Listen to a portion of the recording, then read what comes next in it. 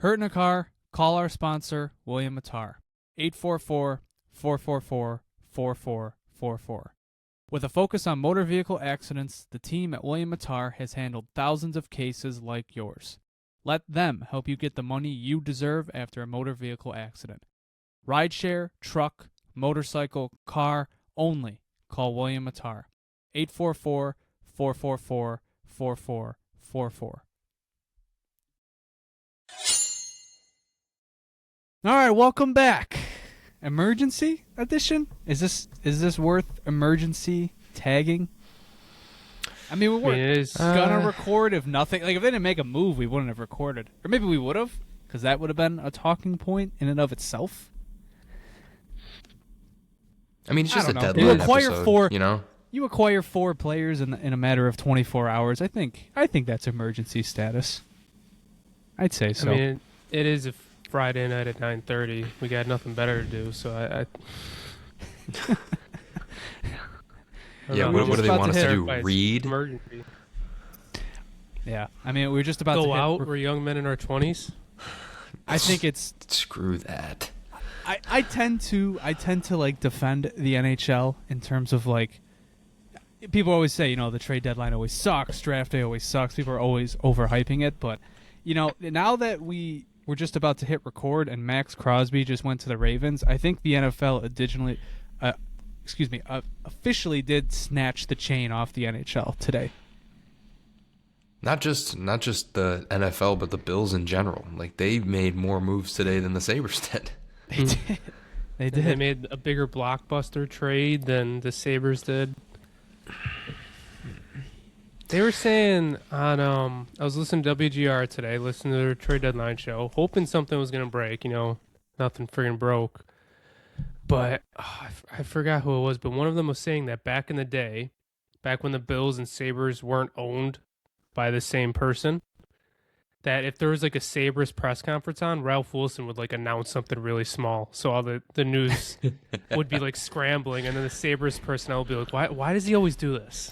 That still happened, I think, multiple times. I still remember an hour, I think, after Middlestat was traded for Byram, I think that was the day they released Poyer, Hyde, and Tre'Davious White. You still get that every once in a while, which is very funny. It's the pettiness, man. Little intercompany competition. Bean is an arrogant SOB, which I think we all know these days. He doesn't like the spotlight being taken away from him. He didn't like the fact that when he met Yarmo, he felt intimidated for the first time in his tenure.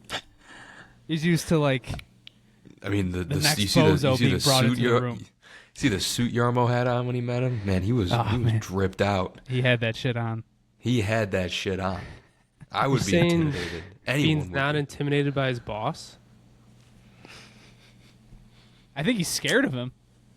I think when he opens his mouth, he gets a little scared of what he's going to say. So I guess he's complete damage control immediately. Yeah, this was one of the worst deadlines I can remember in recent memory. I guess at least it was pretty exciting after the deadline actually hit. The Kadri trade broke. The McMahon trade broke. What else? I mean, even the Sabres ended up making a move. Like, the Leafs did most of their business. The Leafs did most of their business post pretty deadline. Much. They had the Lawton trade. They had the McMahon trade. I think heading into like the last hour of the day, like 10 trades had been made, and then by the end we got to like 20. I don't know. It was tough. It was definitely not the most exciting deadline, and I feel like we say that every year. I feel like really, that's just the normal see, because we were having statement. this argument with Derek, and I went back and looked at last year's trade deadline, and like the Nelson trade was made that day. I had the list pulled up. There were a few like big name trades, and I feel like today you just had nothing. I guess until after the deadline passed. I don't know. It stunk. I mean, everybody's talking about the trade clauses for obvious reason, especially relating to our hockey team. But I think, the LTIR cap rule that's now in place. Like, teams aren't able to manipulate the cap and have as much fun with that these days. There's less parameters for it to work, and on top of that, it was a seller's market. Even though some insiders at one point in time said it was a buyer's market, it was a seller's market. The prices were out of this world this year. Ridiculous. Braden Schenn went for a first, a third, and a roster player, and I think a goalie prospect. Like, what the hell? Yeah, it went from on Tuesday everyone said it was a buyer's market, and then by Thursday it was a seller's market. So I think we could put a bow on this and call it a market. I mean, Nick Waugh went for a first and a third. First and a Oliver fifth. Ekman, first and a fifth. Oliver Ekman-Larsson, if he got traded, they were looking for a first, a second, and a prospect. Ristolainen, they were commanding a bigger trade return than he got 5 years ago. So Robert stupid. Thomas was shaping up like they were looking for maybe one of the biggest trade returns of all time. Like, that thought popped up in my mind. I'm like, if Thomas gets traded for the price they want him for, value-wise, that has to be one of the biggest trades ever for like a single player. It clear if the conversations quote went the distance with the Sabres, what do you think a package was shaping up to look like for him? I don't know. 2 firsts, Helenius, and Roseanne. The Parayko return plus, I don't know. I mean, Friedman was speculating Norris was maybe going to be in it. If it wasn't him, you would think it would be Osland. Something like that. I don't know. It's crazy trade deadline, or not crazy prices for the trade deadline, and just a very uneventful one league wide. Like, no, who did a fire sale? Did anybody do one? The Blues tried. The Blues I feel tried. like, They were kind of screwed by their own players. Kind of, Winnipeg yeah. That's traded their fault. 3 players. They still, Their you know fault what, with the goddamn trade protections. They still pull. I mean, look, they pulled off. I mean, getting 2 firsts for Schenn and Justin Falk. I mean, that's still a good week. They probably were the winners, I think, unless I'm forgetting. So, I mean, I guess besides the Avalanche obviously the loaded winners up. of the sellers, I would say. I mean, Calgary had a few pieces of business. They got 3 second-round picks for Mackenzie Weegar, that's good. Vancouver did not do nearly enough. Yeah, I don't was know it just what Myers? the hell they were thinking. They kept Evander Kane. Pedersen still has been moved. They moved Garland, I guess.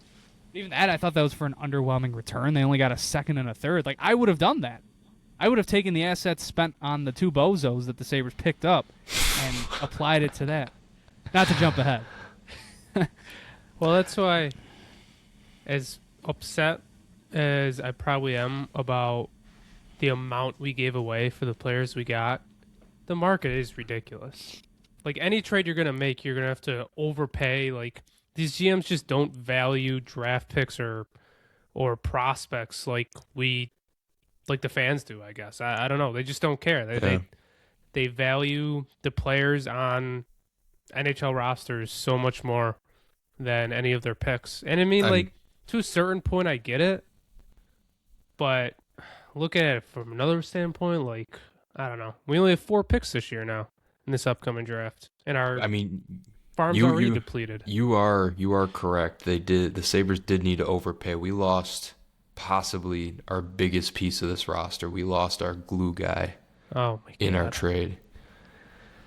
Thank you for your service.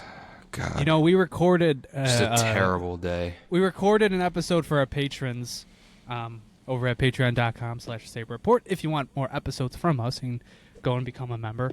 But we recorded an episode as the Schenn and Stanley stuff was and the Carrick trade was all happening in real time, and we'd gotten off and we didn't know the trade return yet. I was up late enough to see it. I think JP was too, but Christian I knew was not, because if he saw Bryson was in that deal, I know we would have heard from him immediately. And I just know you waking up that next morning, this morning, to that news was probably a huge gut punch. Yeah, what was the text? I sent a text this morning about my immediate reaction to what I saw, because of course the trade had to drop at like almost 1 a.m. What did I say? I said,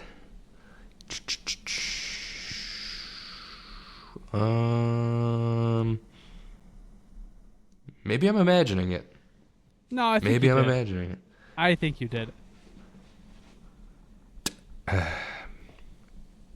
Just a terrible day. Wait. It's definitely. I said I just woke up to the Vibes guy being traded. It's over. Season's over. And then I started complaining about how Twitter took away the dark mode. I'm pissed. I think that was just a you issue. Still works on my phone. Yeah. Yeah, I don't want my. Okay, this should be for our after hours episodes again at patreon.com. If you want more episodes out of us, we do after hours where we talk about anything. Quick side tangent. I don't want my whole effing phone display in dark mode all day. I just want the app in dark mode. When it comes to nighttime, it switches to dark mode. And they took that away, and it's stupid. Moving on. Bryson's traded, and I'm upset.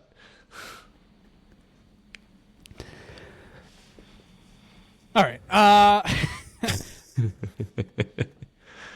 Been a bit all over the place to start this episode. Probably not what people were expecting logging into an emergency episode. But trade deadline has concluded. The Sabres have picked up 4 new players.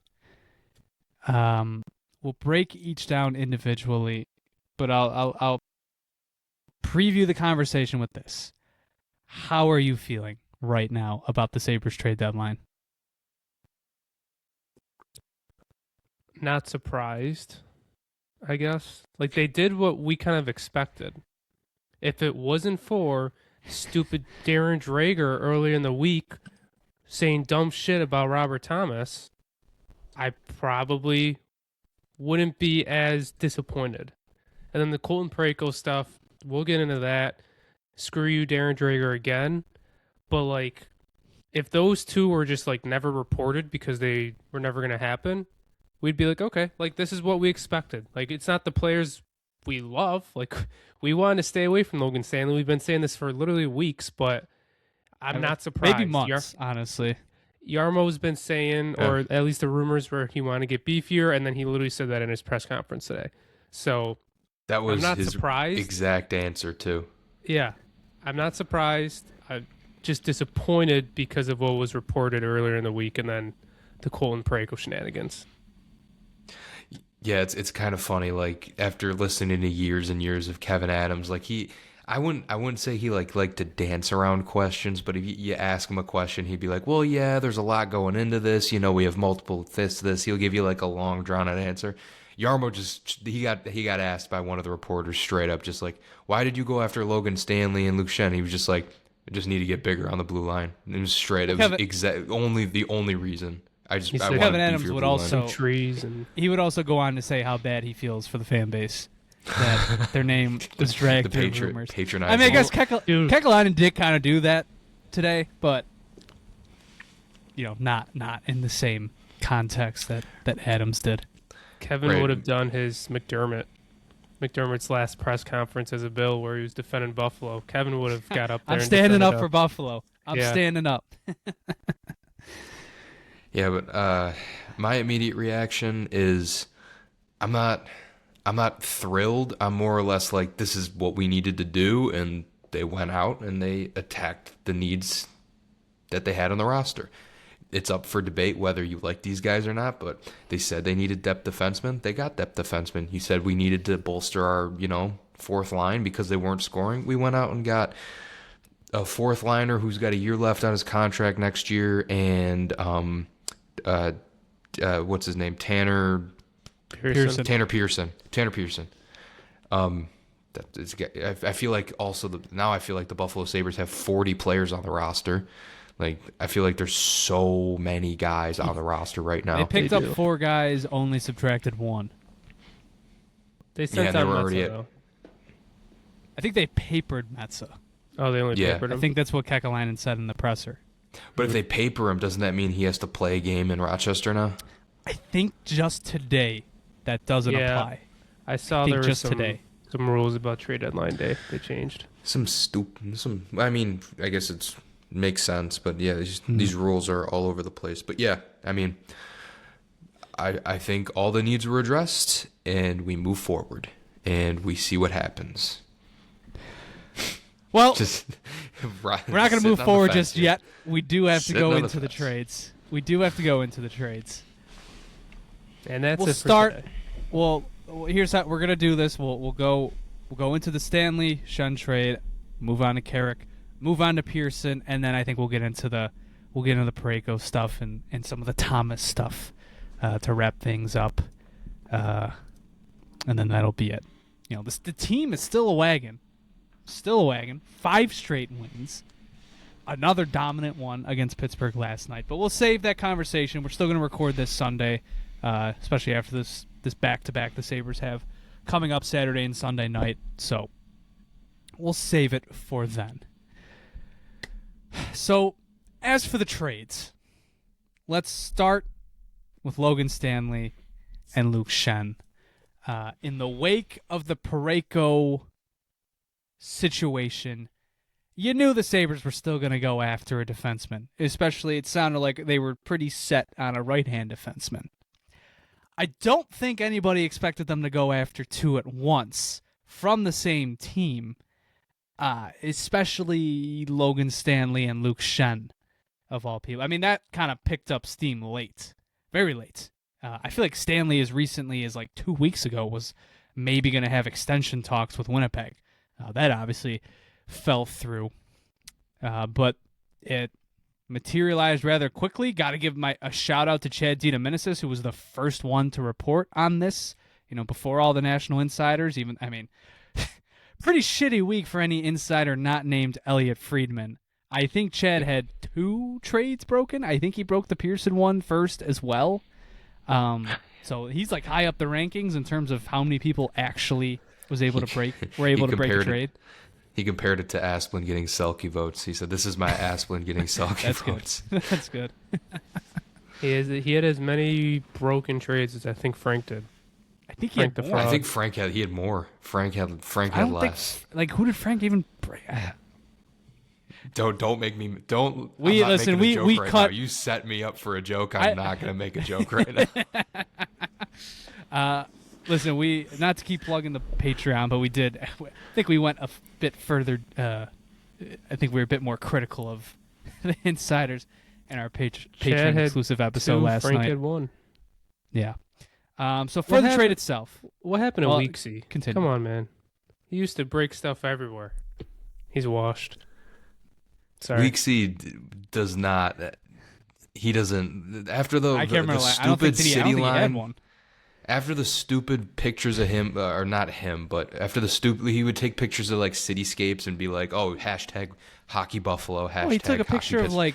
He took a picture of like Chippewa the one time, and then it was like, and then "Oh, he doesn't elaborate. teams are interested in Dylan Cousins." Like, thanks, man. Thank you. Like, thanks, bro. Thanks for some clarity there. Like, Jesus. Anyways, 20 minutes in, maybe we can talk about one of the trades. The Sabres trade Isaac Rosen, Jacob Bryson, and a 2027 second-round pick for Logan Stanley and Luke Schenn.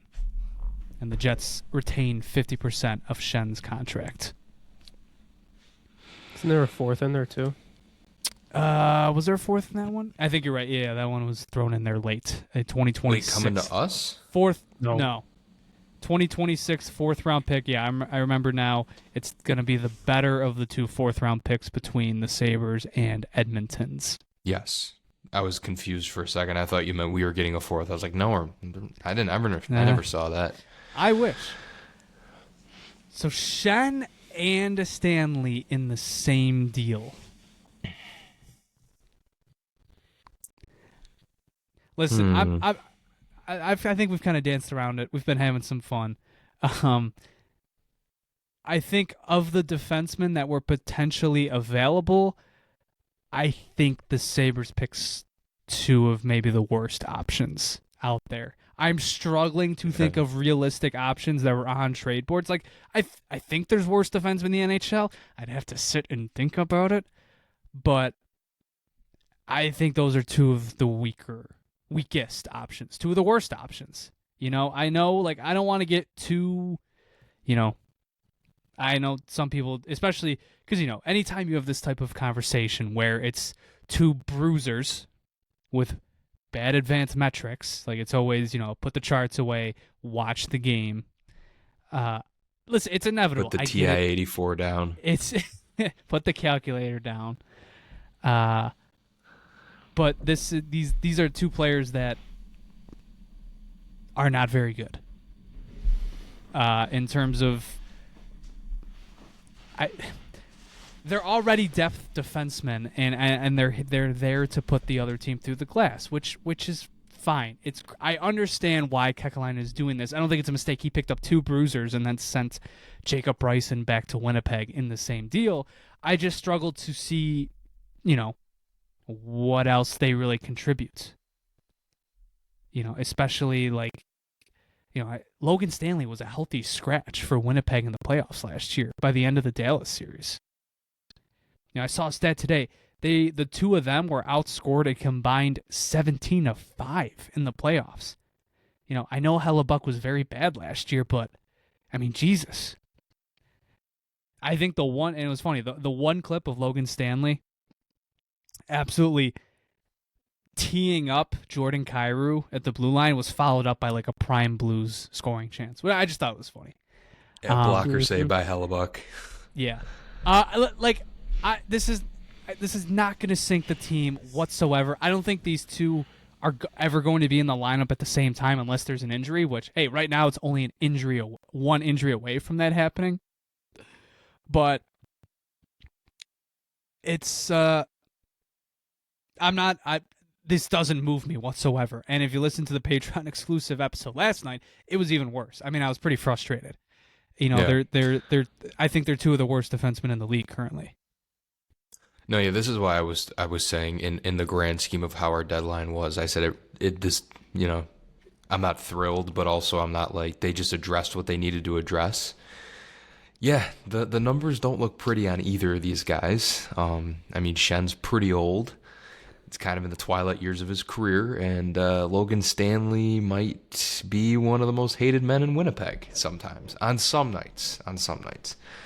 I couldn't get a read on if they hated him or not. I saw some fans. It's weird. Saw some fans saying they couldn't. They were so happy he was gone, and then others were like, "Oh no, he's a rock star." He was definitely well liked. You know what? The reaction kind of reminds me when we traded Risto.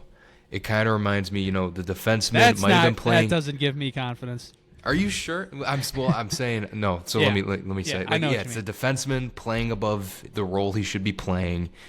He's getting caved in, and people start to hate on him for it.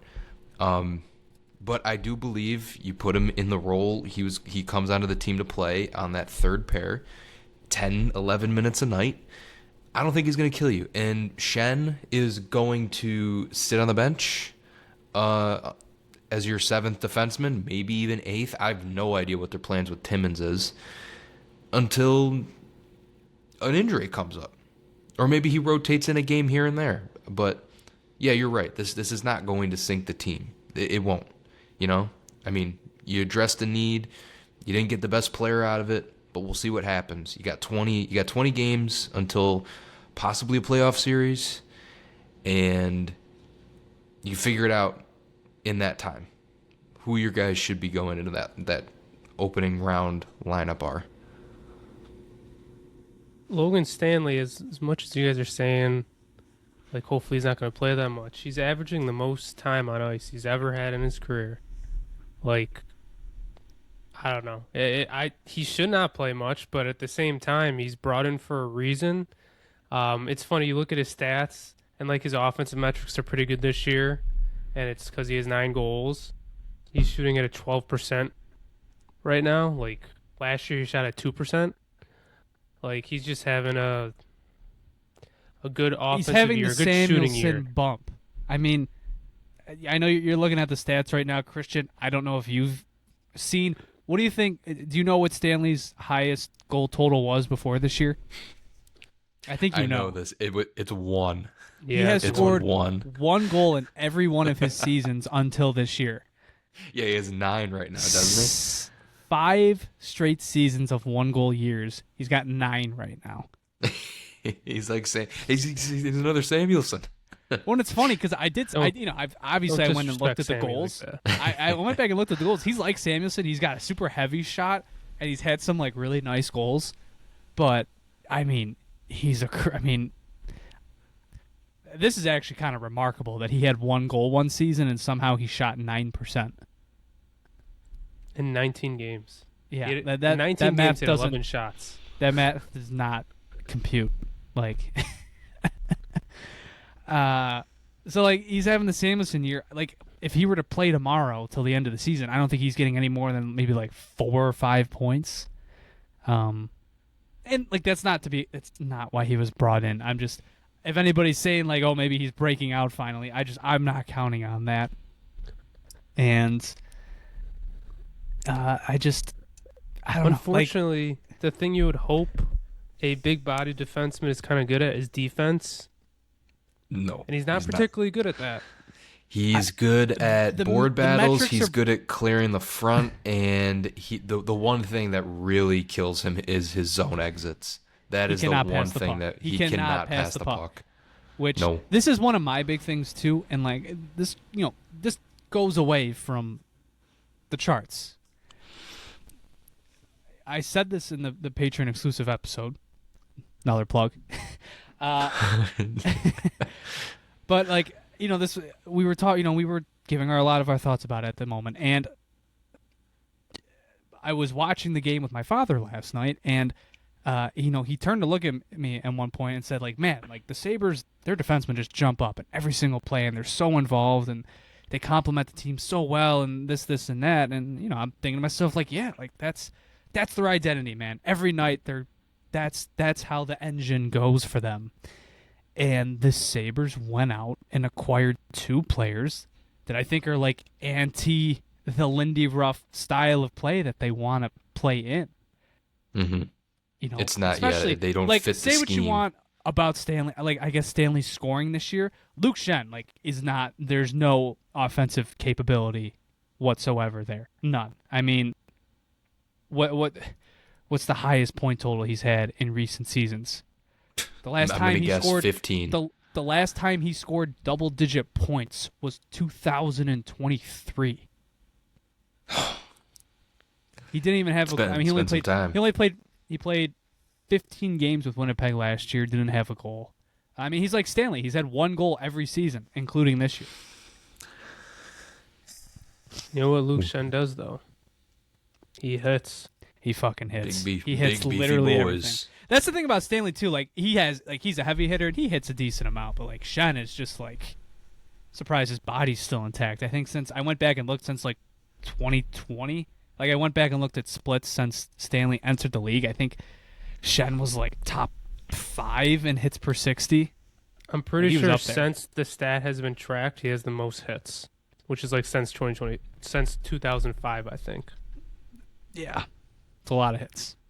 So, I mean, look, it's clear why they did that. Everybody and their mother can see why the Sabres made this trade. I think just why I am so frustrated with it is because, like, I like, for example, the Sam Carrick move, which is kind of the same thing. But Sam Carrick he's defensively responsible in his own zone, which I don't think you can say about these two. Wins faceoffs and I think there's more to his game than anything Stanley or Schenn provides you. And I mean, you traded a second, a fourth, decent prospect in Rosane. I don't know how much value he really had. And Jacob Bryson, which I know we love. I mean, look, I love Bryson. I know other people couldn't care less that he's gone, but I'm gonna get murdered by some people. I don't know. There's a solid chance Winnipeg might have gotten the best defenseman in this trade. Speaking of Sam Carrick, I saw something interesting today. Sam Carrick was drafted in 2010. He's playing in 2026. How many NHL games do you think he's played? 400 something. It's not that many, right? Yeah, it's gotta be like 5. The reason you're bringing this up, it's definitely gotta be lowish. I'm gonna go like 380. 380. Oh my god. That's He's been an AHL grinder for a long time. But I give him credit. The last few, it took him so like he was up and down all the time. I give him credit. The last couple of years, with the Rangers, he's carved out a role and he stayed there. He's a workhorse, and he's going to be great for that bottom line. Yeah, I mean, like, not to jump ahead, like we're starting like this is the most like I don't like the Stanley or Schenn trade. I like the other two moves the Sabres did, genuinely. Like, I just want to call a spade here. Like, I really do not like what they did with the defense here. I think there were better players to possibly go after. I think there was a better way to spend these assets. Frankly, like, I would have rather you not touch the defense instead of do this. I think you made your defense worse. I think you did. I really do. I don't disagree. I think I don't know. They literally only got I think it's bigger. mostly the same. I'm not gonna say like there's like because Zach Metza's had like a horseshoe up his ass for like 3 months in terms of just puck luck. Like, he's playing great, but like PDO you know, bender. He's on a PDO bender. He's been on the ice for 2 5v5 goals like this whole season. Ridiculous. Wasn't gonna hold up, especially wasn't gonna hold up in the playoffs. But I don't know. Like Jacob Bryson is he's better suited for a Lindy Ruff system than I think either of Stanley or Schenn.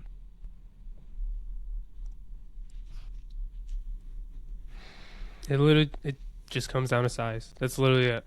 Everybody other than Metza on our defense is now 6'1" or taller. It's big with man go Byron boom. being the smallest. Big guy go boom. Yep. Tails You can't tell me you're gonna get out of your seat when I'm gonna jump deck someone in round If one. Logan Stanley puts Cole Caulfield into the front row, the trade was worth it. The trade was worth it. I'm not going to act like there's still not a fun factor here, and I'm not rooting for these two to work out. And like, he's going to be juiced. It's the type of thing that'll rile up. I mean, as of right now, you know, we're looking at a Sabres team that's going to be hosting the first round of the playoffs. Knock on wood. Knock on wood. I'm just saying they're on pace for it. I still. That's Third why best earlier in playoff this episode, odds in the East. Dude, that's why earlier this episode, like, I still look at the standings and I'm just getting like, I'm scared. I'm still scared. I'm like, they're not missing. When is this going to go away? I have left. They are not missing. Now, you know, I don't want to jinx seeding now, but I'm just saying, like, they will pump the crowd up. Like, there'll be a fun factor. Logan Stanley, I'm sure Kekalainen's saying, please, like, I acquired you to kill people. Go and kill someone. Not actually, obviously, but put him in the hospital. Go, you know, like, get the ambulance on the ice. Like, I like what you did in Ottawa. You sucker punched Brady Tkachuk that one time. That was cool. Well, Kekalainen probably looked at Donnelly and almost got murdered last night, and it was like, okay, we need someone who could go after Malkin. That is fair. I'm just, you know what? I'm happy that the Sabres acquired someone that can maybe win a fight. Maybe I will see a Sabre win a fight now in my lifetime. It might happen this season. It's possible. It is very possible. I just looked at I'm just looking at their roster because I was looking at all their sizes. Stanley chose number 64. There's only ever been one other Sabre who's worn 64. Oh God. Was it a 2000? I don't know the name. Okay, I was wondering if there was a tank on. Sabre. There were some wacky numbers during that era. 2000, I have no clue. 2000. Unless it's a name we should know. No. Well, Okay, let me see how many hold on. games he's played. I'm not even gonna try. Hold on. I saw somebody tweet out. I saw you somebody wanna tweet try? out. Wait. You want to try? He's played one NHL game, and it was with the Sabres for one game. Holy Christian, shit. you are not pulling this. Let me cook. No. What month did he play the game? A month. No, yeah, there's no way. There's no He's way. an 8th rounder by the Sabres in He was 1990. drafted in a round that doesn't even exist anymore. Doesn't even exist anymore. What's his name? David Moravec. David Moravec. I did see somebody tweet out that name. Like, do you think Stanley will have to ask to wear that number? That's funny. Very, very funny. I don't know. I've maybe it's a little copium. I've opened up to it a little, like the Logan Stanley part at least. I mean, Luke Schenn don't really care. He shouldn't play much, but I could see him playing in the playoffs, unfortunately, just because he's a veteran and has played in the playoffs a lot. But I've opened up to Stanley a little. You know, he's not old. He's 27, so maybe Lindy can get something out of him. I don't know. Maybe it's just copium, but Like I the don't know. defensive or the offensive numbers are not terrible this year. The defensive ones are, but like you can maybe attribute that to Winnipeg. So like maybe there's something there. yeah, but he's I got the really best goalie in the league in front of him. That should be helping him. Yeah, but like the defensive metric, I'm just saying like the metrics, you know, it's not gonna help him Yeah. defend better.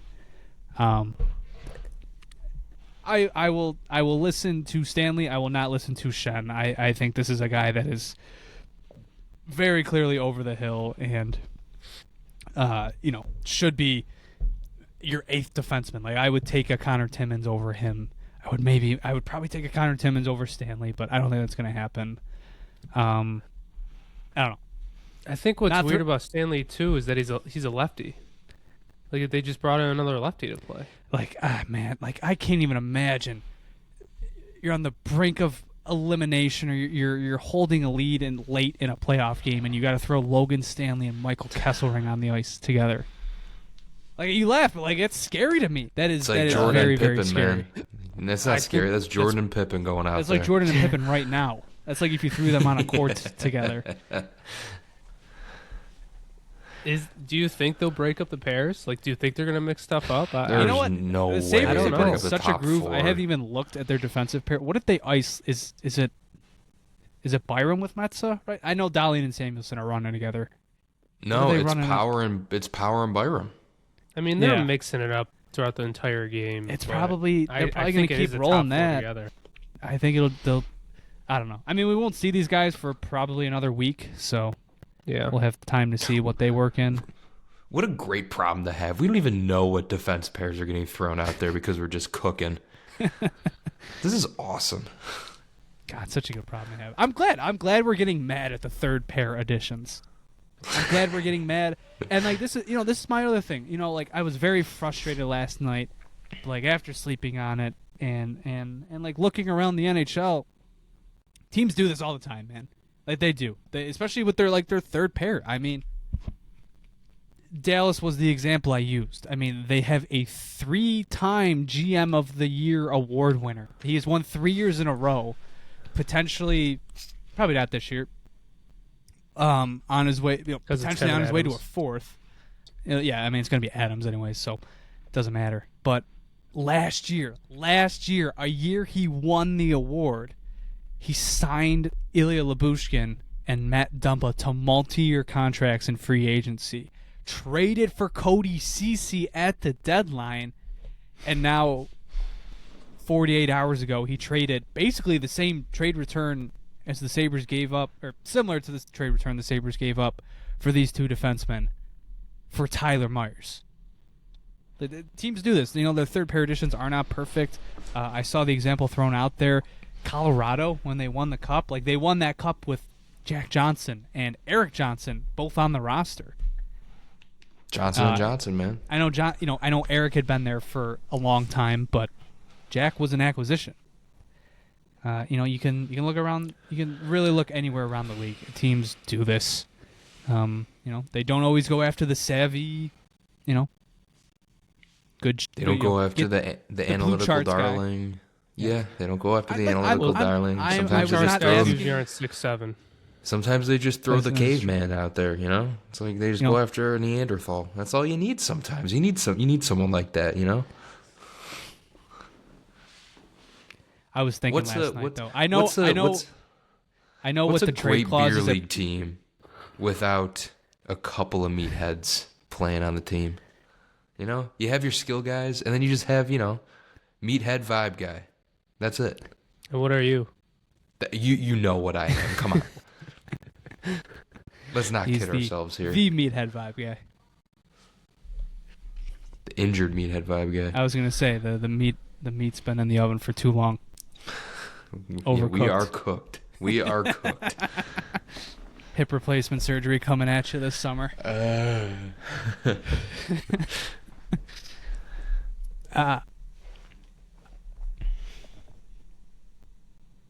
Any other? I don't know. Any other thoughts on this move? I'm trying to think. Well,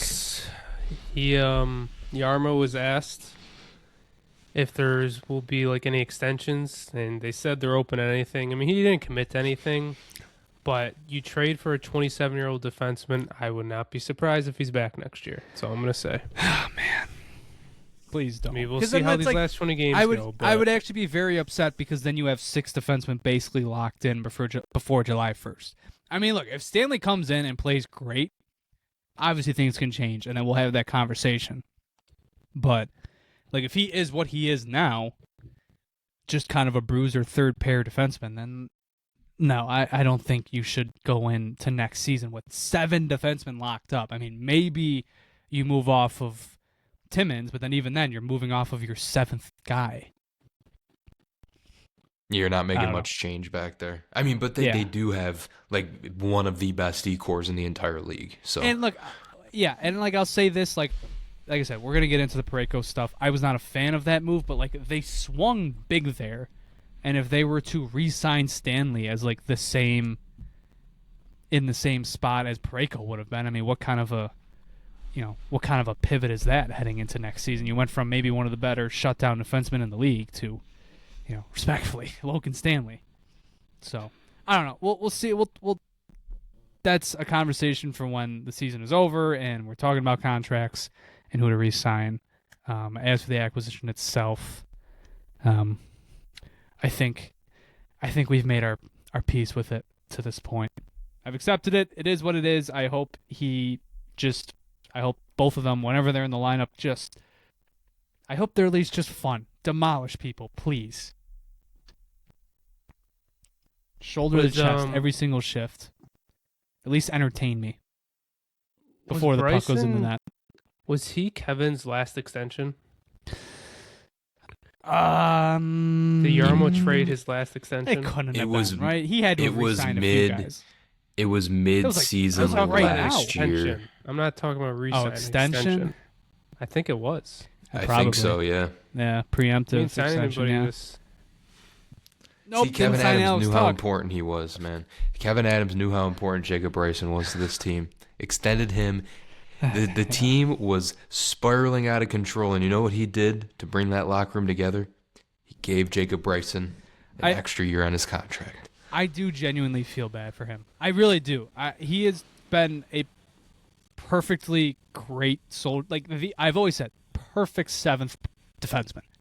Literally perfect. He got a bad rep in 2023 when his goalies had like a .860 save percentage when he was on the ice, and I think a portion of fans never forgave him. And he was also a familiar face. He was the longest time Sabre. He was a familiar face at a time where people did not want to see familiar faces. And I think if you put his game onto another body, then people would think of him as the perfect 7th defenseman. And I feel terrible for him because he was finally, at least he was going to experience playoff hockey and like maybe get into a game. And banished to Winnipeg. He's going to Winnipeg. This is not about the city. It's more so he's moving from one side of the continent to the other. And that team's not in the playoff mix. And he's a UFA. It sucks for him. So he probably won't be back there. Probably won't be back there.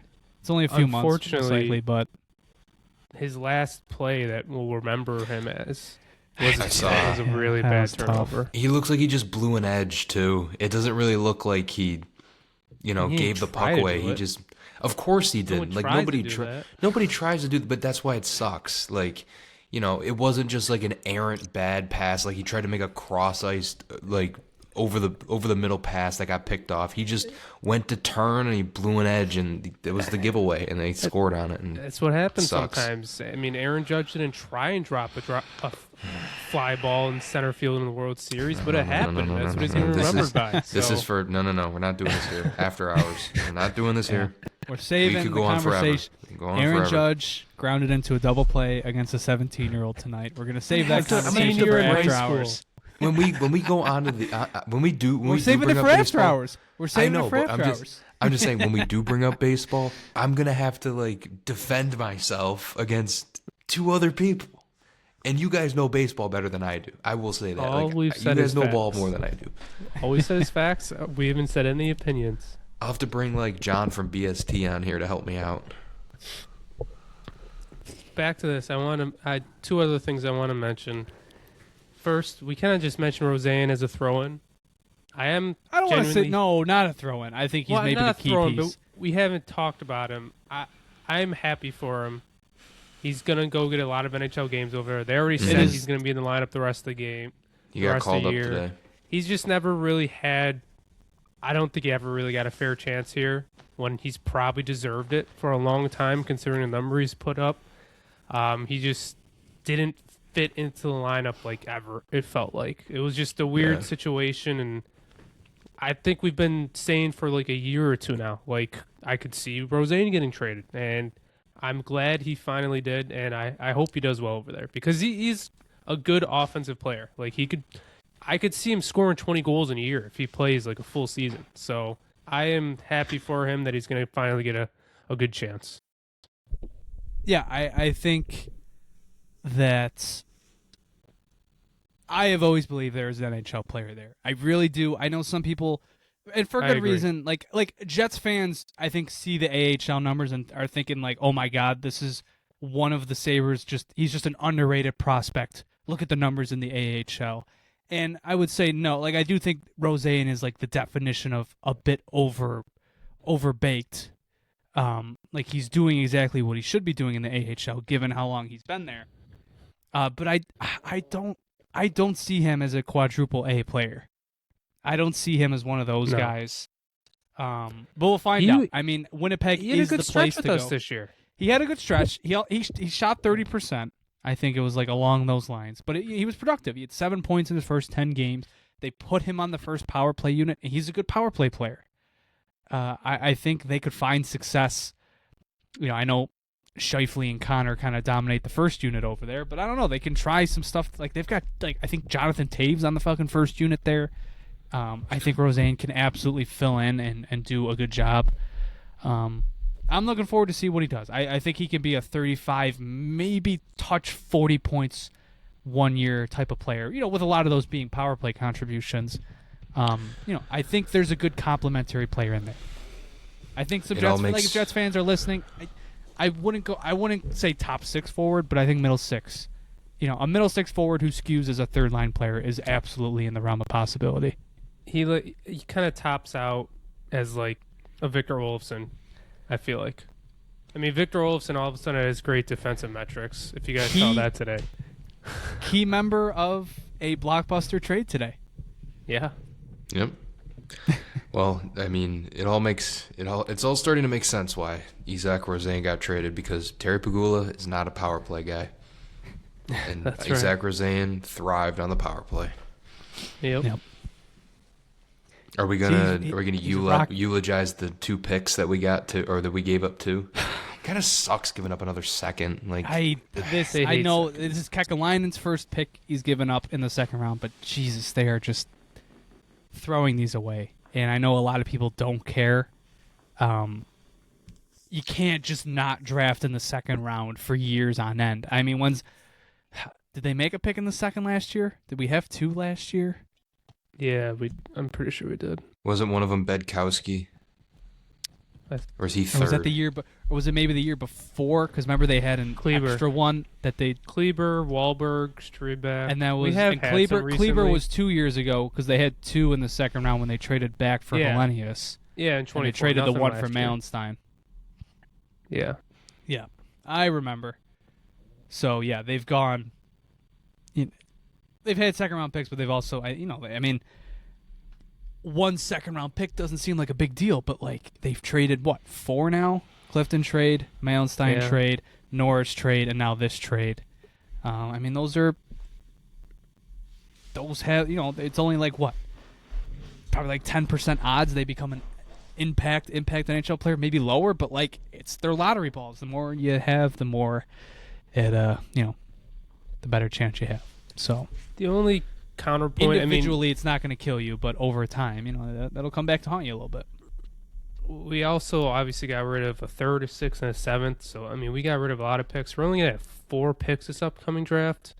But the only counter argument I saw on Twitter is that it could be easy to get some picks back. I mean, there's some guys you can trade away for salary dumps or this offseason. I mean, even like Alex Tuch's rights. Like, that's happening so much nowadays where teams are trading for rights. So it is possible to get picks back, but you're probably not going to get a second back. And it's looking like it's going to be 3 years in a row we're not going to have a second. I mean, right now, they have 4 picks in the upcoming draft. They have their first, a fourth, a fifth, and a fifth, sixth. and a seventh, I think. Did they have 2 sevenths in this draft? Is that how it was? Well, they traded Didn't we one just to trade our sixth. seventh? They traded their 6th for Carrick. They Let me might have had see. 2 7s. The Sabres have No, it's first, their fourth, their fifth, and 4th, sixth. 5th, and 6th. That is Okay, it. that's what it is. Yeah, Yep. I mean, it's gonna be testing your scouting capabilities this year. But at least they keep the first. We will be making a draft pick in Buffalo, New York. That's You just right. knew. For now. Because I had a good feeling that the even if the Parayko trade went through, it was not going to be this year. It would have been next Yeah. year's. For now. We'll see. For now. But for now, I know. It would be weird if we didn't have a pick in the first 2 days. I guess the entire 2 through 7's on the second day, but on the first night of the draft. Or isn't the first 2 rounds? Didn't they change it? Aren't the first 2 rounds on the first night of the draft now? I think they are. But definitely it wasn't last year. No, not last year, but I think going forward they might have changed that. I don't know. But yeah, I'm not surprised that they might have a pick. All right. My last thought on this trade. Oh my God. Well, Yep. we didn't Yep mention fest over here. for some reason they did a 50% retained, and that's probably why we got rid of a 4th round pick.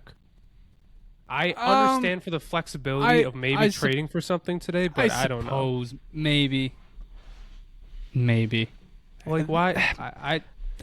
I don't know. I don't know. It was definitely for if the you paid flexibility today, but still, I don't know. if they don't retain they're like. If only like a Winnipeg $1 million doesn't retain, difference. they don't have. Well, they don't have $1 million. They're under $1 million in cap space right now. Oh, so they had to do that? I didn't realize Pearson was making that hold much. on. No. I'm looking at projected current cap space. They got 4.1. So I guess they didn't have to retain on that. They would have been okay. Yeah, they would have been fine. I don't know. I mean, I it don't know. definitely. What, that pick might have moved to a 5th or a 6th? I don't know, but I just feel like I just don't see the point on why. I mean, it was 1.375. Like, whatever. Was that a Terry maneuver? You want to save some money? I don't know. No, I don't think they so, were but- looking for flexibility. I think the Pearson thing was very obviously like, we're going to fall back on this if we can't find anything else. Yeah. Nah, I get it. It's just the fact that they didn't use it where it's kind of like, okay, what was the point of that? No. All right, I think we've made our peace with these two. We interrupt this episode of the Sabre Report Podcast to tell you about our sponsor, William Mattar. Hurt in a car? Call our sponsor, William Mattar. 844-444-4444. With a focus on motor vehicle accidents, the team at William Mattar has handled thousands of cases like yours.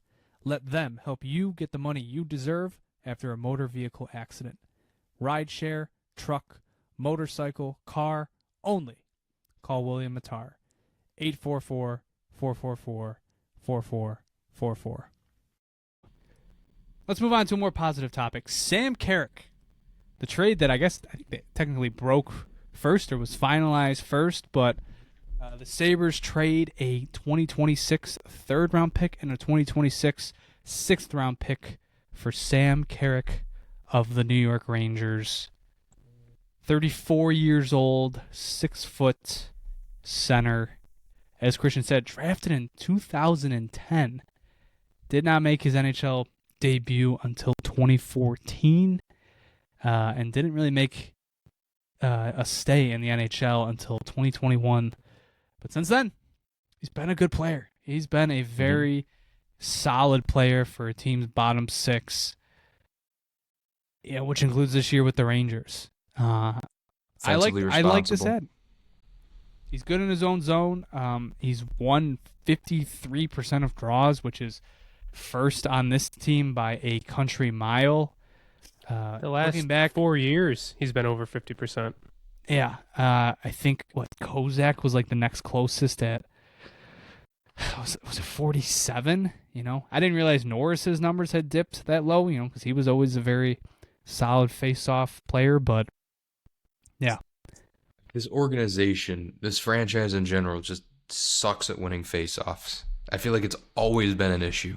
They're always dead last. Our always. Cody Eakin. We got our Cody Eakin of this team. I mean, literally, when Yarmo was asked about him, that's pretty much all he said. Was he's good at face-offs. I'm excited. I think that's literally the main reason.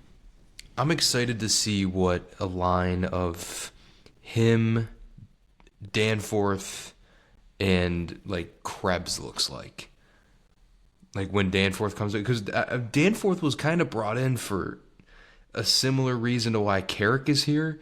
I mean, there's offensive upside there, but they're mostly well, I guess Jonah, correct me if I'm wrong. Danforth was more of an offensive pick. Yeah, I mean, there's a little bit more goal scoring upside here. I mean, the one thing I wanted for the fourth line was to add a goal scoring touch to it, and they didn't really do. They definitely didn't do it with Carrick. The only time he's had double digit goals. I feel like Danforth could do that though when he comes back 5 years ago. If Danforth comes back, Kekalainen's answer about him was, it felt like there was some hesitancy there. Like he said, progressing, and it just kind of seemed like it was, we might get him back in the playoffs. That's what that felt like to me. Definitely doesn't feel like a guy that's close or going to be a part of the team for the stretch run. I don't know. Feels like a next year type of thing. I think if anything, your goal scoring touch is going to be Pearson, who, he's got 7 goals this year, had 12 the year before. But don't tell me that they must be scratching Beck the Bullet. We can't have any of that now. Are either of you on his NHL.com page right now? Right now, no, I'm Carrick's? on Puckpedia. Yeah. Yes. Do you see who's in his profile picture? It is Beck the Bullet. Oh man, look at back. that. Destiny. Wait, what? I think it's It was ironic. Destiny. They just have like a header, and it's Carrick's carrying the puck, and Mallenstein's like in the background. Not even looking at him. It kind of looks like he's looking at the scoreboard. It's like that. It's like that Golden State fan standing in the crowd of all the Heat fans, like before the dynasty hit. It's exactly what it's like. It's foreshadowing. It does make you wonder, though. Because I think Carrick hits, too. Like, am I... No, yeah. I mean, correct in that. there's some physicality there. I know. I saw some tape floating around. He's squared up with Tom Wilson before. I think Matthew Olivier too. I think You don't want to fight Matthew Olivier. No, you do not. But I was curious because I didn't hear his name in rumors, but a lot of people like to compare him to like what an ideal fourth liner is. And I looked up his fighting record. He's 21-0. He has never lost a fight in the NHL. Not one. That guy will murder you. And I would love him on this team. But yeah, Sam Carrick, hopefully he could bring some of that to this team because, good Lord, they do not know how to win fights. He's not that big, though. He's only 6 foot. he's only 6 foot, yeah. I don't know. I like it. Low risk move. I know a third's probably a little bit expensive, but it comes with the market. And a 6th. I know, and a 6th, but it comes with the market. That was a Sam Lafferty 6th. So it was. Thank you, Sam Lafferty. Thank you for your service, sir. It's basically a wash. We basically traded Sam Lafferty in a third for this guy. Not a bad way of looking at it. Yeah.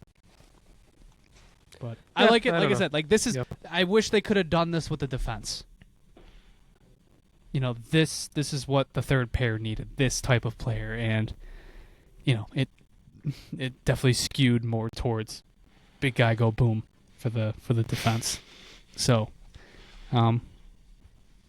this is what it is. I like Carrick, like the addition. Excited to see him, and it sounds like we might get him tomorrow night. Yeah. It does make me wonder what the lines will actually look like. Like Tanner Pearson, like he's probably going to be your 13th, 14th. I don't think we really have to add him into this conversation, but like who is the odd man out? Like is it going to be back? I think it should be. I really do. I don't know. I don't think it'll be that right away, but I think when everybody, at least when Pearson gets here, like I think maybe your game one of the playoffs, fourth line is Pearson, Krebs, and Carrick.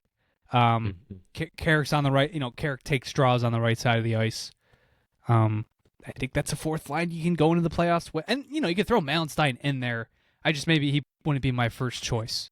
Like I said, the fourth line needs to be able to chip in some goal scoring, and Krebs isn't exactly that while on the fourth line, but Pearson still maybe has some touch there, and I don't know. We'll see. I think that is what I would ice for game one, but they're not going to take Malenstein out right now. That's a conversation for the playoffs when you're going best of the best. For now, you go with the guys you have, in my opinion.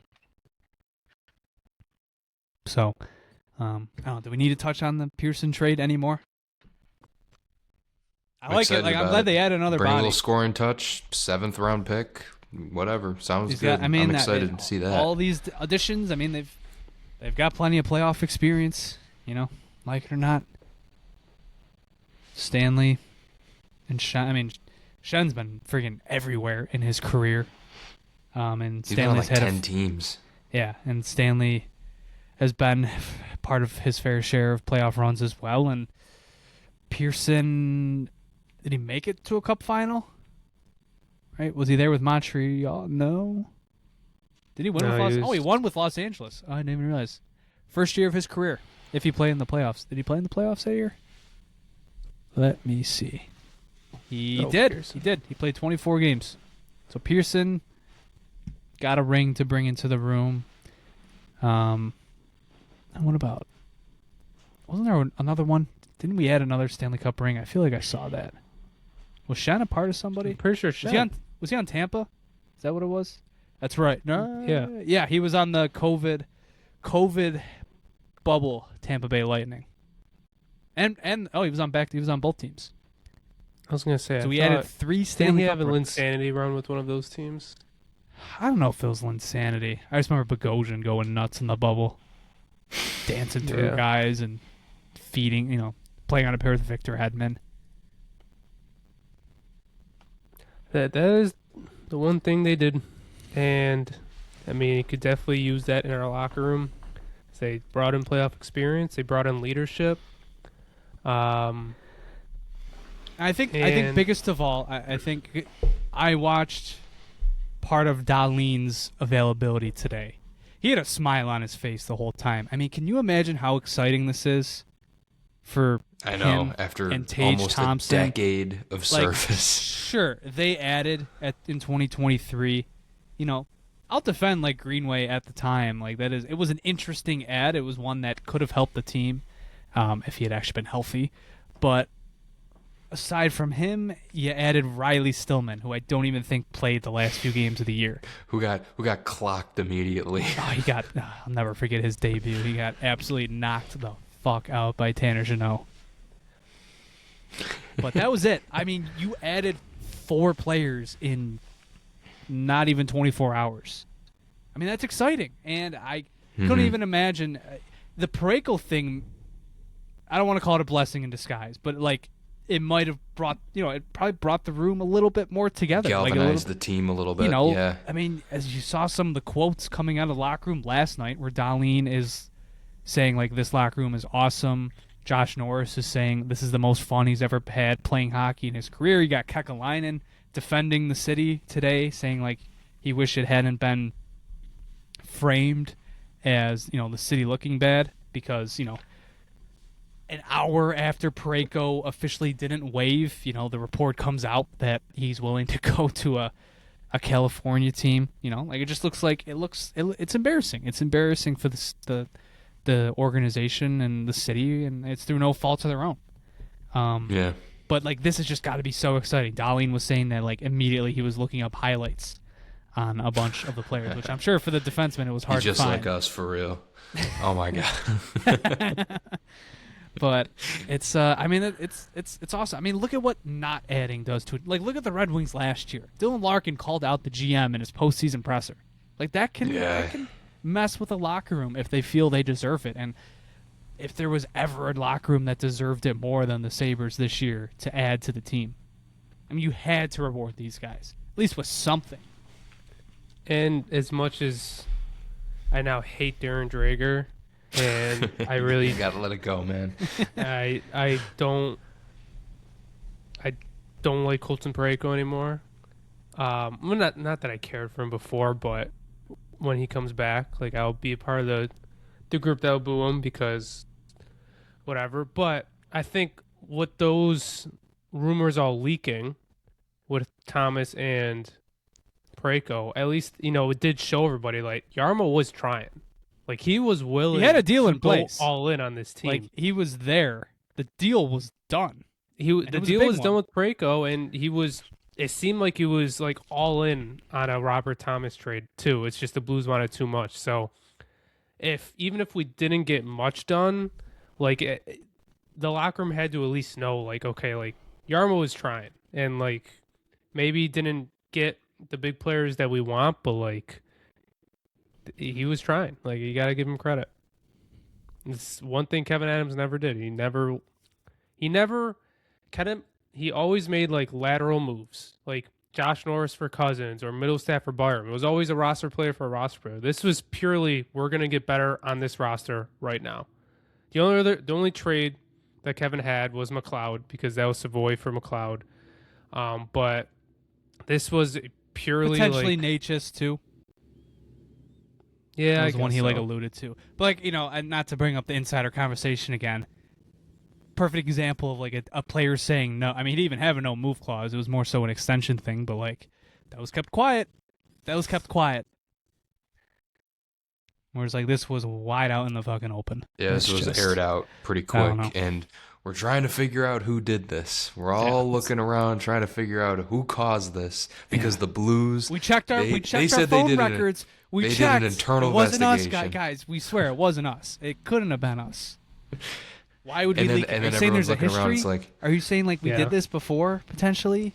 Maybe in the So summer of it's a few 2023 times. with Torrey It's so easy. Like there's Patrick no way. Berglund.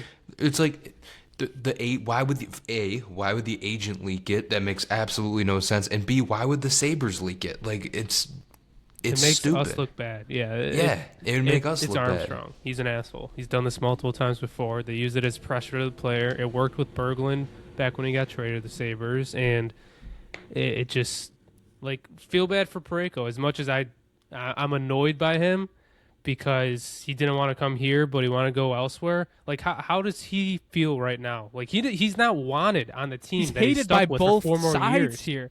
The Yeah, Blues are like, like- oh my god, we could have had a first round pick and redeemed Murtka, and now they're The fans Like- were like I'm on Blues Twitter now just because I was looking at a few Parayko and it was like they were asking him to waive. Like they're like, dude, please, bro. can you please do Dude, this? please. He was like, Please I love waive. you, but like this is a good deal. Yeah, it sucks. I guess this is probably a good time to pivot into the Parayko trade. Had that been completed, how would you have felt about it? I liked it. I know you didn't, Jonah. I think Christian was more on my side. I liked it. Good defensive numbers. He would have actually been like a good third pair guy to help, late in games, playing defense. He was Yeah, assistant imagine that. captain. Colton Parayko is your third pair guy. Imagine that. Exactly. Like you trade him, like you have the best D-core in the league. Like even if you don't like him as much as other people, like you have one of, if not the best D-core in the league. You have him for 4 more years. He's a cup champion. He was an assistant captain. Like I liked it. I understand it's the same argument as made with Logan Stanley and Luke Schenn that they don't fit into our system as much. Like, I get that. Parayko, he's pretty much just a defender. Like, he doesn't bring anything offensively. He's not the best passer. He's not good in transition. But, like, his defensive metrics, at least depending on what – some models have him as, like, one of the best defensive defensemen in the league. Other ones at least have him, like, in the top third, top quarter of the league. Like, that's why I liked it. He was just at the Olympics. Like, he's well regarded around the league. I don't know. I liked it. Wasn't it this summer we were talking about trading Byram for him? Am I wrong? Like, I feel like I think it was like there was like a a bigger rumor. There was a type rumor deal. thrown out there. Yeah. Like if you packaged like But- what was it? We were talking like Byram and Paterka, maybe? was Yeah, it I Tuck? don't know. Or maybe it was Paterka, like a big like core swap with like Kyrou and Parayko, something Yeah. like that. We were just throwing that around. I don't Seems know. like they were Yeah. looking for something similar. They were going after Thomas and Parayko supposedly, which Jesus Christ, could you imagine what It would have been a big package. that would have been Pause. insane. Yeah. But I don't know. I liked it, and No, I think I would have liked that a lot more than what actually happened. I will put it that way. Exactly. Yeah, I liked it too. The money, I know the money kind of scared a lot of people. It didn't scare me. Even I would have liked retainage if you were giving up two first They weren't doing that first for round 4 assets. years. But they weren't gonna. I know they weren't gonna do that. Like, that was kind of my cope a little bit. But even if they didn't do that, which they probably wouldn't have, I wasn't scared of it. I know Colton Parayko is a good defenseman. The metrics back that up. In sheltered minutes, I feel like, and you know what? Like, obviously, it's Colton Parayko. You probably won't play him in sheltered minutes. You get him his minutes somehow. But like, so many cooks in the kitchen in Buffalo right now. Like, how many minutes are there to go around? It's like he's going to be playing in a more limited role than he would in St. Louis. That team's getting caved on a nightly basis. And I think he would have thrived in this system. I really do. And after it all went to hell with everything that went down, there was, a lot of half the fan base here was like, perfect, we didn't want this. And then look who shows up at the door, the guy we were all worried about, Logan Stanley. And we're like, oh, great. Careful what you wish for, I guess. But And Parayko he's a right shot D-man. Like, yeah. he is a guy that could play on one of your top two pairs, and it's your only right shot defenseman that you could say could do that. We thought Kesselring would be that. He's not having a good season. I don't know. I just thought it did check a lot of boxes, and I wasn't. I mean, I guess giving up a first and Mertka was definitely a lot, but I mean, you'd 4 years left of him, so I'm not surprised by that, and I kind of liked it, but whatever. You had to be an asshole, so. So yeah, I didn't love it. I did not really like the idea of it, and it was a few things. I think somebody put it very eloquently on Twitter that it felt like you walked into a grocery store looking to get, like, I don't know, a bag of crackers, and you walked out with, like, a 5-course meal in terms of, like, I just think there's a few things. So I broke it down when the night it broke, and we were still waiting for his answer, and I still believed he was going to waive because Frank fucking Saravalli said the odds were he was going to say yes. And he knew Jack. And he knew absolutely nothing. The way I broke it down was, okay, do I like his age? No. Do I like his contract? No. Do I like the price it took to acquire him? No. And do I even like the player? I don't feel strongly about him. I think the defense, I definitely believed that it was legit. I've been saying this for a while. Like, I'm a bit skeptical of Montgomery guys, but Parayko's done this long enough in his career where, like, I didn't think it applied to him, where I felt like his numbers were being juiced by playing in that system.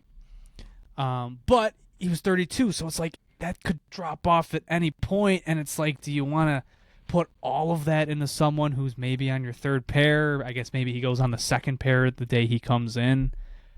And I just think, like, yeah, Murtka and a first for that, like, it seemed like too much, and B, and I think more importantly, I think using those assets for Colton Parayko was the wrong way to use those assets.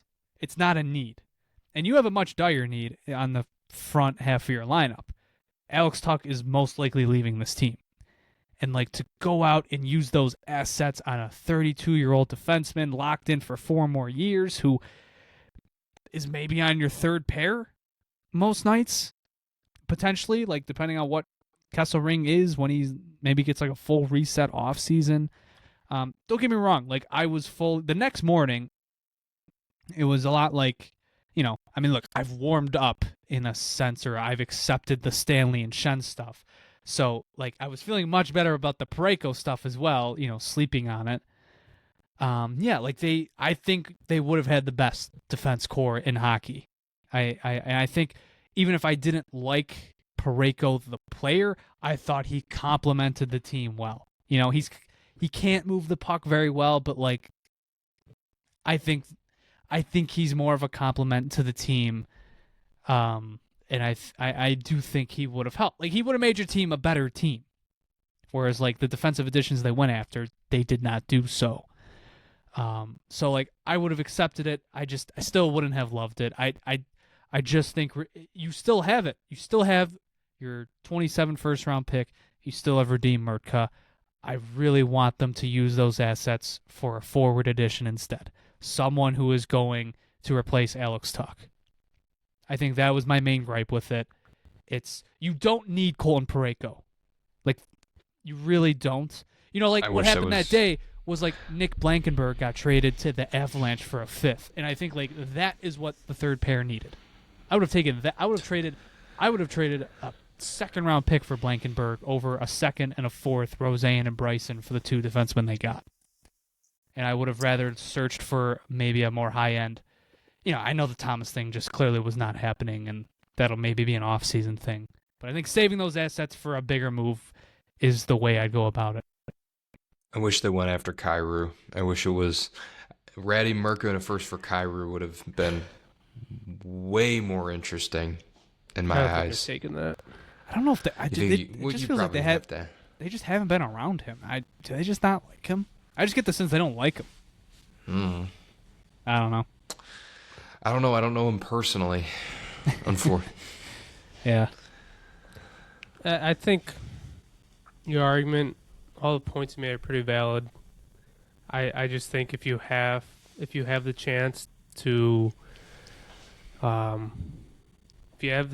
pack a punch and just make your team that much better, and even if you're giving up a lot, like for 4 more years, when hopefully, you're kind of in a cup window, like you have this guy who's a good defender. 4 more years, like that proven. can go south very quick. Like, he can look I get bad that, but you as could soon say as that next about year, anybody. and yeah, but he's 32 and he's expensive. Like, he's going to be, and I think he maybe even like his mere presence might drive up Kesselring's price. Probably not. He's had such a rough. He doesn't even have a goal this season, so maybe it wouldn't have mattered. But I think the age thing for me, it doesn't bother me as much with, like, defensemen, especially defensive defensemen. Like, it's not I like think that's fair. If he loses a step, it's not that big of a deal. I feel like for me, the further you go back from center ice, so if you go from, like, forwards to D to goalie, the more I'm okay with an older player. Like, I like goalies could play until their early 40s, and we've seen that. So yeah, the age thing with Colton Parayko doesn't scare me. I get it. You're taking assets away from replacing Tuch in the offseason. That's but definitely probably the most thing I will agree with you most. You probably didn't need to use it on defense, But I do think making your decor the best in the league would not have been a bad idea. No, No, it absolutely wouldn't have not. hurt. And I got my karma because 24 hours, like, there was like a sense what of you asked relief. for. Like, I was relieved that Parayko said no because I thought there was a better way to use those assets. And then they went out and spent the assets they did on 2 defensemen that are very bad. So, hey, it's a double-edged sword. In a sense, I got my wish, but then also something worse, much worse happened. So, I would have much rather paid the price for Parayko than doing what they ended up doing. So, it is what it is. It doesn't matter. He will never be a Buffalo Sabre. He will probably be booed the next time he's in Buffalo, which I do think is deserved to an extent. He said no to the city, so like I get it. Exactly. I don't hate him. I just think you should boo him.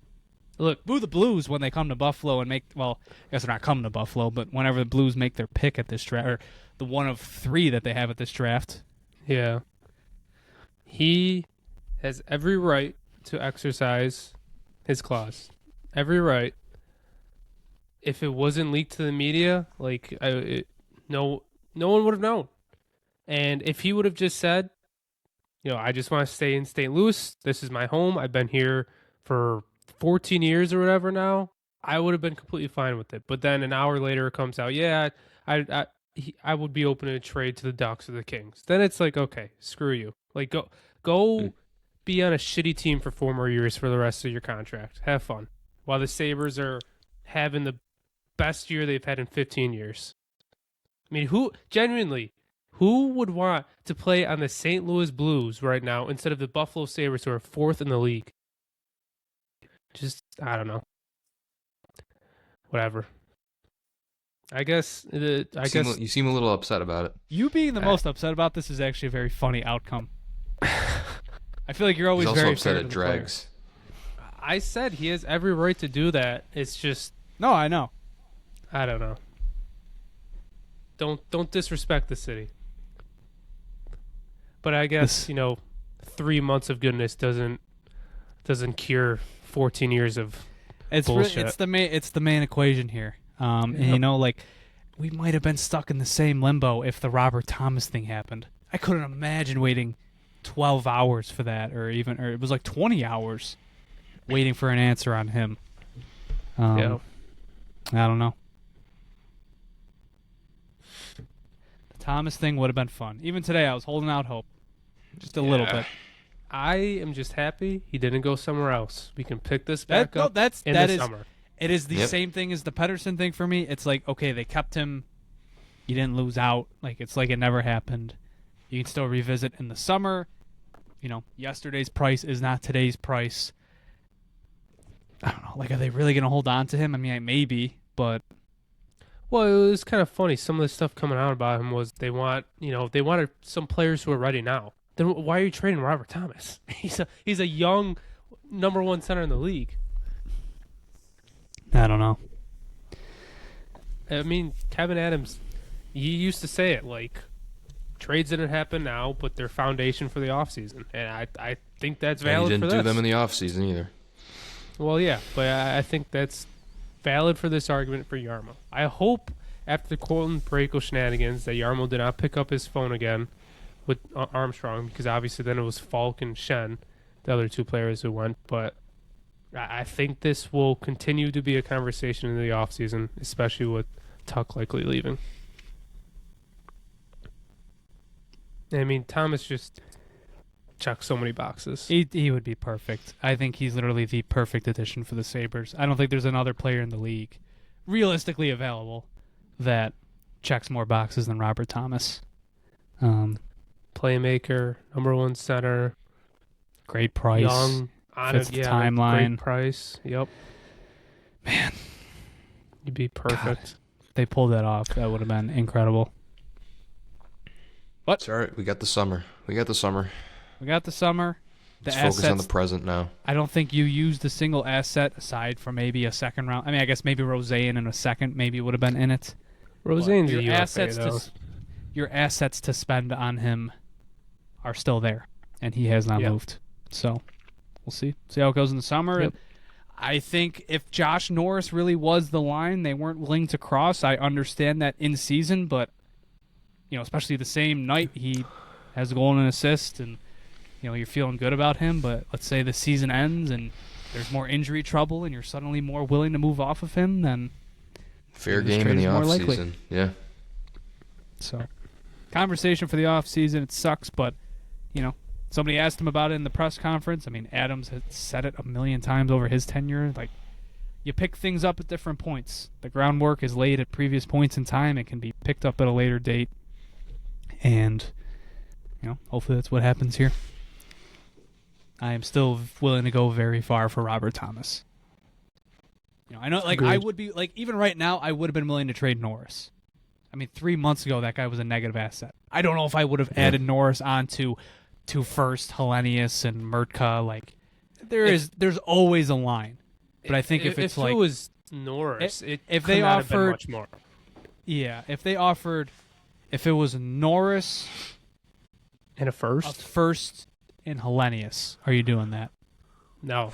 No. I think that's too much. You take Hellenius out That's of that. three. That's two. That's your two centers. One center that could play on this team, and your second line center, and a first, which could be used to replace one of those centers for Robert Thomas, who's a great player, but it's I think that's way too much. You got to give him something else. I don't know. Is Thomas really that much better than Norris? They bring different skill sets. I had He's more some of a serious playmaker. stats lined up. Do you know how good Robert Thomas is? I had said a few of them. The last 3 years, or before this year, because he's hasn't been as productive this year, but from 2022 to 2025, can you name every single player that had more primary assists than him? There were 9. Mitch Marner. Mitch Marner was 1. McDavid was 1. McKinnon was 1. Cooch. Yep. Draisaitl.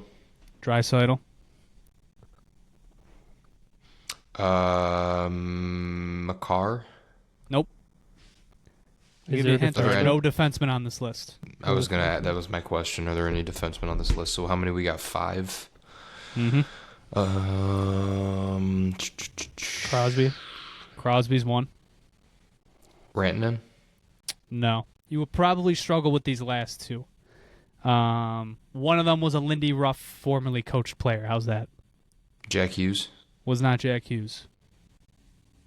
Nico Hischier. Nope. You're right there. You're very close. I'm very close. Jack Hughes, Nico Hischier, Jesper Bratt. It's him. Oh, it is? It's Bratt. There's one more. You probably would take a while to guess that it's actually him. I'll give you a hint. He was a guy that everybody thought was going to be traded today and was not. Rasmus Ristolainen. No. Trocheck? It was Trocheck. Okay. That's it. Those Good are the pull. only players with more primary assists than Thomas. I told you guys this one. That the only... What was it? The only... Well, I gotta find it. And he's good at faceoffs too. Over 50% in the last 4 years. Yeah. Robert Thomas had back-to-back seasons of 60-plus assists. The year before this and the year before that. The only time, it's only happened once in Sabres franchise history. It was Dale Howard-Chuck in 91-92 and 92-93. That's it. Robert Thomas. Gilbert Perreault didn't do it. LaFontaine didn't do it.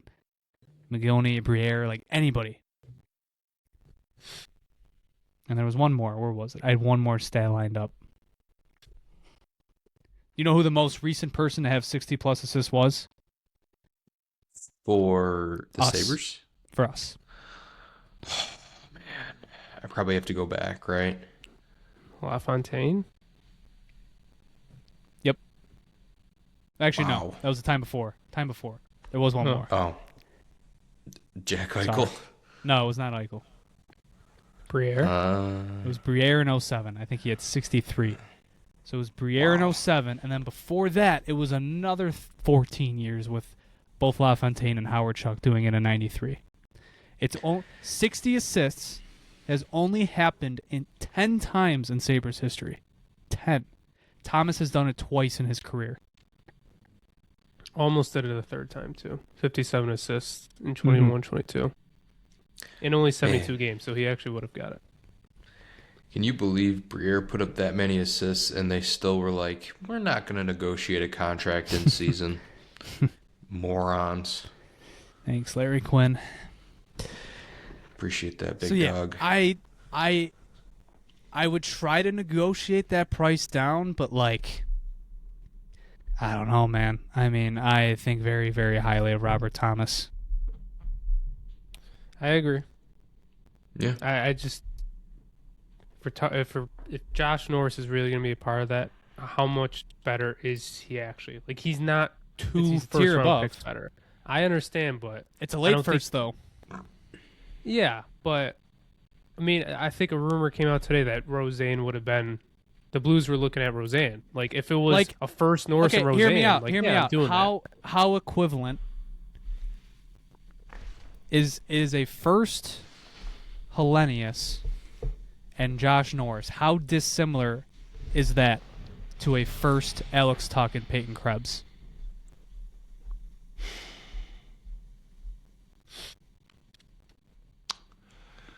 I guess. Well, for starters, Alex Tuch is a wing. Josh Norris is a center. That's fair. That's a perfectly fair argument. How many? One of them has a bit of an I injury guess the history. years. Yeah, I guess the years is One's similar. on a worse contract. But Alex are Tuch we was on one of the best comparing- deals in hockey. Are we comparing Robert Thomas to Jack Eichel? How far of a gap is it? I would say it's. Robert Thomas had 80 points in 70 games last year. Man. I'm just saying. I understand the hesitancy. I would try to negotiate it down. I wouldn't have done that this year. But I would think about it. How different that is. I guess that is my sticking point. How dissimilar is Norris Hellenius in a first to Tuch Krebs? Krebs at the time, obviously not Krebs today, but Krebs back then, Tuch back then, and a first round pick. I don't think it's too dissimilar from the Eichel return. And that was a fair hurt Eichel. take. So I guess it's a fair take. I don't know. I would think about it. I'm just, I doubt. I guess I wouldn't say I doubt, but if we get there in the offseason, we'll get there. And so it's just fun to throw that hypothetical around. Sure, we can't just throw Jack Quinn in there instead of someone. We can't just throw Quinn in there instead Can't of just sneak him Hellenius. in there. Yeah, I don't think. I mean, genuinely, like if you were to do a first round pick, Murtka, Hellenius, and Quinn, like how far off are you? I feel like you can't be too far off. I mean, come on. No, there's a line here too. Like we gotta. Yeah, there's always a line. Like There's always a 5-for-1 trade. Like hell no, man. They did that with who was it? Tanner Jeannot. Didn't the Lightning send all those picks for him? Yeah. The Lightning traded wasn't it first, second, third, and fourth? So I do have a bit of breaking news-ish here. I'm seeing it's not breaking news, but it's a transcription from Friedman. He just dropped the 32 thoughts post-trade deadline, and he said, I quote, if that trade went through, referring to Robert Thomas, Rochester would have, quote, been decimated. All of their best players would have been in St. Louis. It would have been Roseanne, Hellenius. And I was just about to bring this up. I think Levi would have been a part of it. Probably. We heard Wahlberg maybe that too. Like it would have been a stupidly big trade. Like I'm not kidding. It might be one of the biggest trades in NHL history if that went through. Yeah. I mean, we heard Levi's name was being floated out there, which I think makes sense. And I think considering the Blues goaltender situation right now, they lost their young goaltender in Ellis, and Binnington has been ass. Like And he was like 50-50 Levi to was go always today. a part of the Obviously trade he for didn't, me. but yeah. yeah. Fuck, man. God, that sucks. Yeah, I mean, if it was all futures, like, oh my god, like I would have done that. I don't care. Yeah, like if they did not touch the Sabres' current roster with a Thomas trade, that would have been incredible. Like, literally insane. Like, because I mean that's why I was so excited that day too. It was like all futures, and we're just adding that. Like, it was crazy. I mean, Yeah. you have Thomas, Tage, and Norris as your top 3 centers, not including McLeod. And, like, that is the best injury insurance you could ever have if Norris gets hurt, too. Like, he gets hurt, like, okay. Like, you still got 3 good centers. Let's split up Tage and Thomas. Yeah. Yeah, that's... my God. It's such a perfect addition. Yeah. We'll revisit in the offseason. We will talk We'll revisit about in this the in offseason. If it's like... We'll talk it about makes it me right wonder, around like, June. if it was all Rochester players, like, maybe it didn't have to do with Norris. Maybe it was Austin. Maybe they just weren't willing to move off Austin. Yeah. And, like... I could see that. Man, that would make me think. Like, would you trade? Like, if it was... all right, let's think of a stupid Rochester offer, all right? Let's say it was a first, Hellenius, Mertka, Roseanne, Osland. That's so... That's really tough. God, that's so tough. Mm. If it was just Oslin and not Hellenius, like I just didn't. I don't want to get rid of two young obviously, centers. yeah, you do that. But it's like, do you give up your best 3? Do you give up Osland, Hellenius, and Mertka? That's a Plus lot. Roseanne, plus a first. Like, it probably wasn't that because that's 5. Maybe take... Yeah, I don't know. and like I'm saying, throw Levi in there. I think Levi Yeah, would maybe have been Levi. included in that trade. Yeah, fuck, man. That's so tough. Rochester's going straight to the gulag if Yeah, they had a that tough goes day. through. Yeah, They were already poor in a Rochester. dogfight. You know, maybe and they might get Metza back, and they might get Metza done. They might get a few guys back, but actually, I mean, Dunn didn't get papered, so Yeah, maybe not. But I don't know. God, yeah, fucking wanted that Thomas trade, man. yeah. Whatever. Would have been nice. Screw Like you, we said, Darren Drager. groundwork has been laid. They can always revisit. We'll see. All right, I think we've gone on long enough, I would say. Any closing thoughts? I'm trying to think. Were there any other? I thought there was one other rumor I want to bring up. It was Levi and maybe that was it. Maybe it was just Levi. Closing thoughts for me. The push for the playoffs is officially on. It's the first time in a decade and a half I have something like this to look forward to. The Red Wings just lost in regulation. The Canadians are losing to the Ducks right now. Sabres could be 5 points clear tomorrow. It was a good night for the scoreboard. Panthers beat the Red Wings in regulation, like Christian said. Ducks are currently beating the Canadians. I mean, tough news out of Detroit. Larkin might be missing some time here. Looks like he's avoided worst case scenario. Actually, I think the Ducks just scored again. Is it 5-2? Let's go. No, don't quote me yet. Well, it was 3-2 the last time I checked, but now it's 4-2, yeah, it's 4-2, which is nice. Yeah, it's 4-2 now. He scored 35 seconds into the third. So yeah. Scoreboard looks nice. Man, Sunday's going to be a huge fucking game, man. Nashville's going to be excited. I think that's a trap game. I think everybody's looking forward to Sunday. I'm worried about tomorrow. It's also Kids Day tomorrow. It's so Kids Day. Yep, it's a Kids Day. Yeah. It's It's at scheduled 5:30, loss. so it's balanced out. I don't know. We'll see. But yeah, I mean, hey, trade deadline is in the mirror. Rear view mirror now. Folks, it's time for the push to the fucking playoffs. It's time. We have asked for this for so long. They're in the fucking, I don't even know if driver's seat is the right way to put it. I mean, dude, like, if they keep winning, and I know it's all ifs, but, like, how close are we to clinching? 3 weeks? Could they do it before the end of the month? I feel like no, given how close the race is, but... If they were in the It's Pacific, exciting. they would have clinched by now, it feels like. Yeah. Yeah, it's exciting, man. It's so exciting. You know, like I said, I can only imagine this is how probably the guys in the room feel. Like, it probably feels so good. So, it's time. It is time. Any closing thoughts, JP?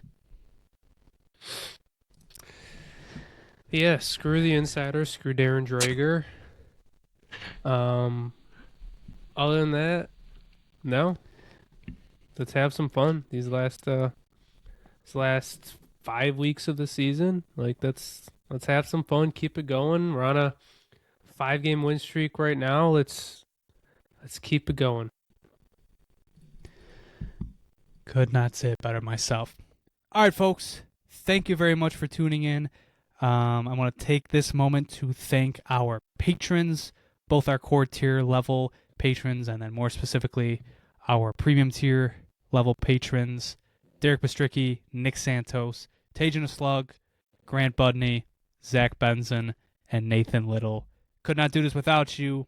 Thank you for joining us on Patreon. For anybody listening in, like we said, you get extra content. Last night we posted some more, I don't know if in-depth live reaction is, commentary. I don't know. I don't think in-depth is the way to put it. It was more emotional thoughts, I think, is the better way. Oh, yeah, it was fresher. It was we've sat on this for 24 hours. So you get access to overtime episodes.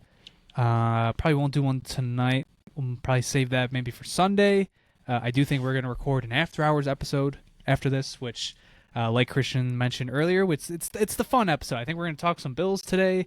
A lot of stuff going on in their world. The Ravens obviously just made a big trade there, so it could be about any and everything. Could be that. Last time we were talking about movies and I don't even remember what the hell we were talking about. We talk about so much random stuff. It's fun, so be sure to give it a listen. But once again, thank you to our patrons. And if you want to follow us, you can follow us on Twitter at the Sabre Report, also on Instagram, TikTok, Facebook, and YouTube at the Sabre Report. If you listen to this on YouTube, be sure to like, share, and subscribe. Leave a comment down below. What are you feeling about these trades? I'm sure there's a lot of you that disagree with the Stanley and the Schenn takes from us. It's no secret. We are a bit more into, I guess, the advanced side of the game. Those are the advanced metrics, which I get it. Some people don't like to consume the game that way. Not saying you have to. You probably live a much happier life. Analytics makes everybody more miserable. So, you know what? Block us out. Don't listen to us. Enjoy the vibes. Enjoy Logan Stanley putting somebody into the front row. It's fun for you. But tell us what you thought about, Carrick, Pearson. Tell us what you think about the Parayko and Thomas rumors. And I guess Parayko wasn't rumors. Tell us what you think about the situation. We'd love to hear your input. On top of that, go give our friends over at the Buffalo Sports Talk podcast a listen. It's been a bit of a busy week for the Bills. Acquired a wide receiver one, as our friends over at the Buffalo Sports Talk podcast have put it. Released a bunch of people, including some, I don't want to say big names, but established names that have been a part of the football team for a long while now. It's a changing of the guard, obviously a new era, new head coach, free agency's coming up. I think the tampering period's coming up very soon. Draft is in about, a month and a half. It's a very exciting time coming up for the Bills, and they do great stuff over there, so be sure to give them a listen.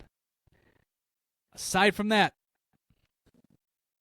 want to thank you again one more time. Thank you for listening. Take care. We'll see you on Sunday. And as always, go Sabres. Go Sabres. Go Sabres.